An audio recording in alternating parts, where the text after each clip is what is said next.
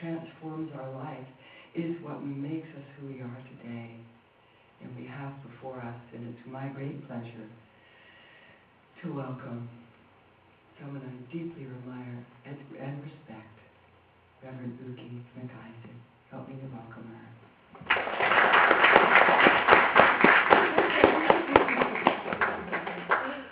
Oh, that was a nice introduction. Thank you, Olivia. I'm just going to click this thing on here, and then we're all ready. Good morning, everyone. Good morning. On this finally a little more seasonal day where sometimes we've been feeling, wow, it must be spring already. At least the birds seem to think so. So I think we have really been opened up to the energy of this day. And of course, Valentine's Day is coming up, so you probably think, oh, she's sang about love, we sang about love, and probably she's going to talk about love too. Well, on some level we will. And I'm going to address a little heavier topic, but heavy just in the sense that it makes you think, and it's the topic of karma. Now, when you think about karma, what is your first sense? Is it happy or a little iffy? A little bit of both, maybe? You know why that is? Because we have such sort of cloudy definitions of what karma actually is in our mind. And there's a lot of popular sayings. Some are funny and some are not so funny. I like the bumper sticker, my karma just ran over your dogma. Remember that one?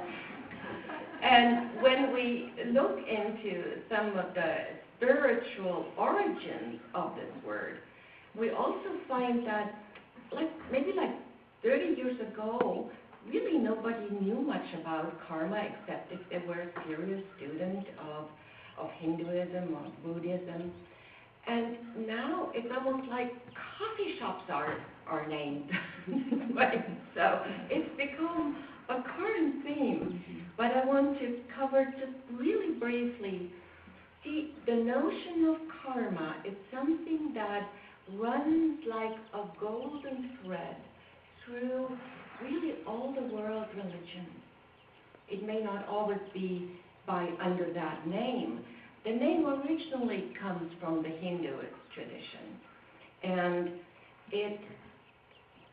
I bought the books on the Bhagavad Gita, but that is hard reading. Have any of you ever tried one of the ancient texts? And it's a very wise journey, but you sort of need a lot of help going through that. So in really brief and compacted, the Hindu tradition views karma as an ignorance, like being asleep, not being aware of the consequences of one's actions. Because that actually is the golden thread. What we do, think, intend, everything has a cause and an effect. So you could call it just the law of cause and effect. The interesting part, of course, is not just your actions, which is what maybe commonly we would think, but it is also our thoughts. And again, in the Hindu religion, they point out that anything that we do on a habitual level can become a very strong power. Think of it right now in terms of, some people love to really dwell in negativity or in victim consciousness. It's never their fault. It's always the world that does something to them. Who might just know somebody like that? Oh, be courageous. So these certain people are, in a way, addicted to their way of perceiving the world, and through these powerful habits and beliefs, guess what? They manifest more of the same. Yes? So that's how our thoughts can really become part of the karma that we create. Now, in Christianity, of course, you have it put very precisely and so easy, whether some people call it the golden rule, which, did you know, comes actually from Confucianism? So it's older than that. But the short sentence, what you reap is what you sow. What you sow, so you reap. Cause and effect. Very simple. And the analogy of putting seeds into the soil, and then with proper care, the seeds will grow up. So if you plant tomatoes, you're not going to harvest peaches. It's very simple and straightforward. So I like that. What you sow, you reap. Now, there are different levels, though, of this action and reaction law. And first of all, I want to say, to take some of this heaviness off, I've come to really understand that it's never a punishment. Never, ever a punishment. Whew! Doesn't that feel better? There's not, in my view, and there is not a God out there who puts all the good deeds and the bad deeds that we committed on some sort of scale, and then on Judgment Day, oh, you better watch out because you're going to get it served. That is such a narrow view of God, in my opinion. I heard a very good saying that people are not punished for the sins, whatever sins, interpret that generally, but by them. Again, people are not punished for what they do, but by what they do. Interesting twist, isn't it? Because think about how maybe, we're human, of course, we make mistakes. There's so many decisions to make every moment of our day, every day of our lives. And so sometimes we do something we may regret. Feel for a moment into something that you may have judged yourself on as the wrong choice, the wrong decision. We get to carry that stuff with us unless we really actively release that. I once was a school teacher in Germany, and there was an incident where a young student was ridiculed in a very, very embarrassing way. And I was so baffled by this incident that had obviously been planned that as the young teacher I didn't have the presence of mind to do the right thing, which would have been to protect this kid and to tell the others to back off. I was just too perplexed. You know what? That's been like 27 years ago, and I still feel somehow I failed this kid. Now, that's a long time to carry something with you, isn't it? But it can happen. So we need to be gentle with ourselves and remember that we learn from our mistakes. And since this little incident is so indelibly embedded in my mind, should I ever be put in any similar situation, I have a choice. And by the grace of God, I'll do it better next time. So we all have personal karma, right? That's what we were discussing. What we do has consequences. But have you also considered, since we are all connected, we are part of a greater whole. yes? And where we are born into, in terms of family, culture, country, there may be a karma to that community. If any of you have been experienced we're so lucky, we're so blessed in this country, but maybe one or the other of you has experienced what it is like to live in a war-torn country. And, then there is definitely a group karma that works itself out through us. I was born in Stuttgart, Germany, and that city had been over 50% destroyed during World War II. Now, as I grew up, that started to shift again into Germany's regrowth and rebuilding. But as a kid, I played in all of these ruins, and they were like adventure lands. It was, of course, not allowed, but it was really amazing. And you know what? This destruction, although I didn't have a direct connection to it, I wasn't experiencing war. I was born afterwards. But these old stones had the vibration in it. And so guess what? I've absorbed some of that. And as a young girl, and actually long after, I often had dreams of destruction and fire. So obviously my soul chose to come into this time to partake of that group karma. And I always tend to think, well, in a way, my generation had to be the bridge between the parent generation that were deeply scarred and the generation that would come after us that wouldn't have a clue. So we were sort of in between.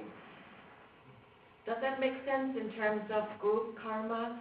That, we are in times of prosperity and abundance and freedom. Not that all is hunky-dory, but overall, we partake of the group karma of the American country, whatever it may bring with it. And then finally, there's also the notion of destiny. Now that's, again, a tricky topic, isn't it? Destiny. And it is easy to sort of slip into the notion of predetermined, but in some aspects of Buddhism, where it is said that you are tied to the wheel of karma, and you have to come back over and over and over again until you can set yourself free from this wheel of constant rebirth.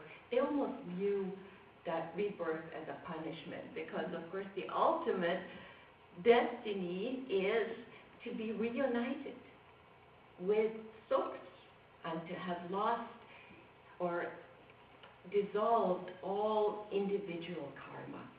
But to me, that feels a little heavy too. And I tend to follow maybe the philosophy that makes me feel good and feel happy. So my philosophy is God created each and every one of us so God could look through the eyes of you and you and you and everyone and experience what the world is like. Doesn't it feel much better? It's not a punishment. It's God experiencing the richness of creation through all that is. And that makes us unique and beautiful and gives us a place. Now, obviously, we still have to deal with the as you sow, so you reap. But from that perspective, you know what? It is just a beautiful spiral upwards. Because there's a universal law, and that's called the law of evolution. And we grow and learn. And as we do, we move upward on this evolutionary spiral. So what if the whole karma notion is really a gift from God? A gift, because we have free will. Big element. Without free will, there probably wouldn't be any growth. We would just sort of work like an automatic something. But this gift of free will that is so unique to our world, that's what helps us grow and learn and rise to a higher understanding and to a greater embracing of the notion of love, which is really, in the end, all it's about.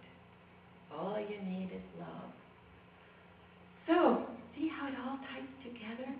Sometimes when I prepare for this, I feel like it's all a big web, and I follow one little strand, and then there's a knot, and I could go this way or that way.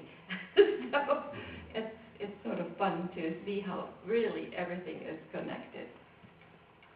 Now, let's talk just for a few minutes about karma in relationships. Since it's, after all, Valentine's Day. Oh, see, when we first meet someone, we put on our pink glasses, and we see everything through the pink glasses. Right? Like, oh, this is the best thing that ever happened to me. Oh, this person is everything I ever wanted. And we call it, since Gary and I are still relatively newly married, if you count 6.5 years, that's not that long. So we called it the goo-goo gaga phase. When you just can't see wrong with the other person. And then invariably there will come the moment when we take off those rosy glasses and we see, oh, darn. There is something that's not so fabulous about this person. Or I have to really evaluate if I can live with that character trait or that history. And so that next phase of the relationship is really where we come to a deeper level of connection if it works, or dissolve it because it's too overwhelming what we have to work through. Now, when do you know whether a relationship is karma or not? Here are a few guidelines.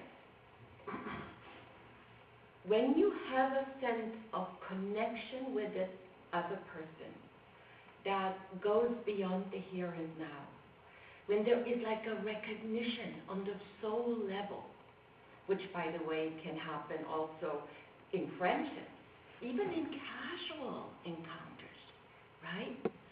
But you have a sense that this person is so familiar to your heart, your soul, that even though there are differences on the mundane level, you know you've walked the path together. That's one sign. Another sign of karmic relationships, because not all of them are all sugar and candy. Have you ever felt that you want to get out of a relationship but couldn't because there was such a strong sense of indebtedness that you had to stay in there? Has it ever happened? All right. So that can also be from a past life. A spiritualist, of course, we firmly believe in the notion that past lives are part of what shapes us. I mean, it's understood when we talk about karma that it's not all about just this life, right? I talk about the karmic hangover. You know what that is? The karmic hangover is when in a past life a lesson was incomplete. which they tend to be, then we bring this lesson in one form or another with us into this life. So, for example, if abandonment was a big issue in some previous life, guess what? You get to look at abandonment again in this life. It may come in many different configurations. You're not stuck with it, see? It's just until your awareness sharpens and grows, and you recognize the pattern, and then you do something about it. Then you can free yourself and give closure to a karmic relationship. Now, I see some question marks on your forehead. Well, how do you do that? The therapy that is known as past life therapy is one of the powerful tools that can help you with that. In a slightly hypnotic state, you can, with professional guidance, go back into that moment in time, or there may be more, where this contract of indebtedness or retribution was made with another person. And you can, we are multidimensional beings, so we're not bound to linear time. You can go back into the past, and you make a shift in that past. And you can say, I am no longer bound by this contract. I am free, and I set you free. And that ripples all the way. Ooh, I'm getting my goosebumps here. It ripples all the way into the present. And you may find that this feeling of indebtedness, you dropped it like a big, heavy bag of rocks. So there are many tools, and it takes work. It takes commitment. It takes the willingness, the awareness, and to a certain extent, karma plays itself out. My first marriage, it was very clear that in that relationship, I was going to awaken him to spiritualism and a spiritual awareness, and he was going to stand by me through illness and change. So when that karma was balanced, the relationship dissolved. Now, it wasn't easy to let go of it, but it really was done. Deal was done. So it took me a while to understand that these karmic relationships have an end. Hallelujah. Then we can move on. And I'm very happily remarried. So that's the good news. So much more I could talk about. I'd like one more. How much more time do I have? 2 more minutes? 2 more minutes, sure. All right. I want to point a book out that I found very useful to read. It's called Karma and Reincarnation by Barbara Martin. What I really find funny, that the title, not subtitle, but on top of the book it says, Unlocking Your 800 Lives to Enlightenment. 800! Help! But you know that it has taken you, according to Reverend Lahr, one of my most esteemed and valued teachers, according to what he said, for you to be here right now and be interested in spirituality and coming to this church today, you have lived a minimum of already 200 lives. That feels significant, doesn't it? Because remember, spiral of evolution. So, no worries.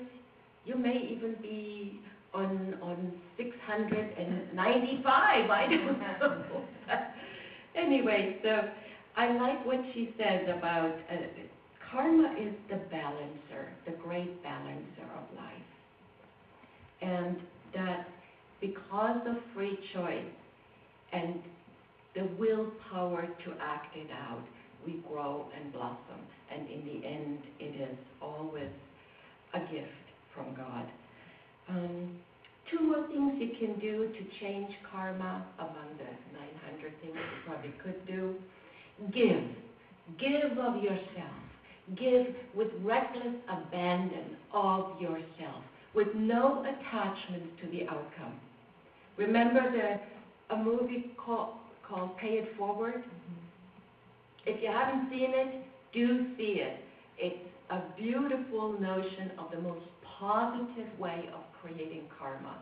By doing something for somebody else with no attachment to even be known that you did it. And so you create, like a bank account, you create a real good positive karma account, and sooner or later it comes back to you. You may not know how, you may not know when, it's just, it does.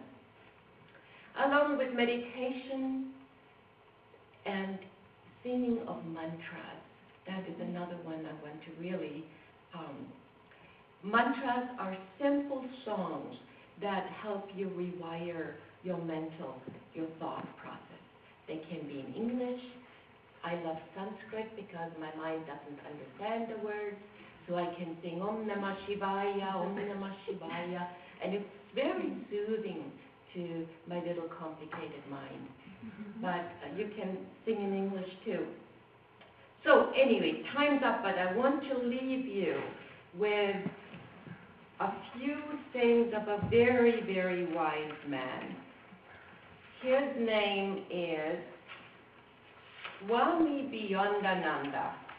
Who knows Swami Beyondananda? So he makes a joke, but there's always a really sweet lesson in here, so listen to this. Be a fundamentalist. Make sure the fun always comes before the mental. Realize that life is a situation comedy that will never be canceled.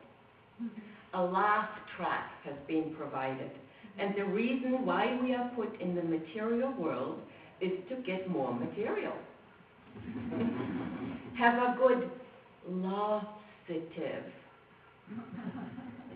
Laxative, twice a day, and that will ensure regular hilarity. Isn't that great? And this one. If you're looking to find the key to the universe, I have some bad news and some good news. The bad news is there is no key to the universe. The good news is it has been left unlocked.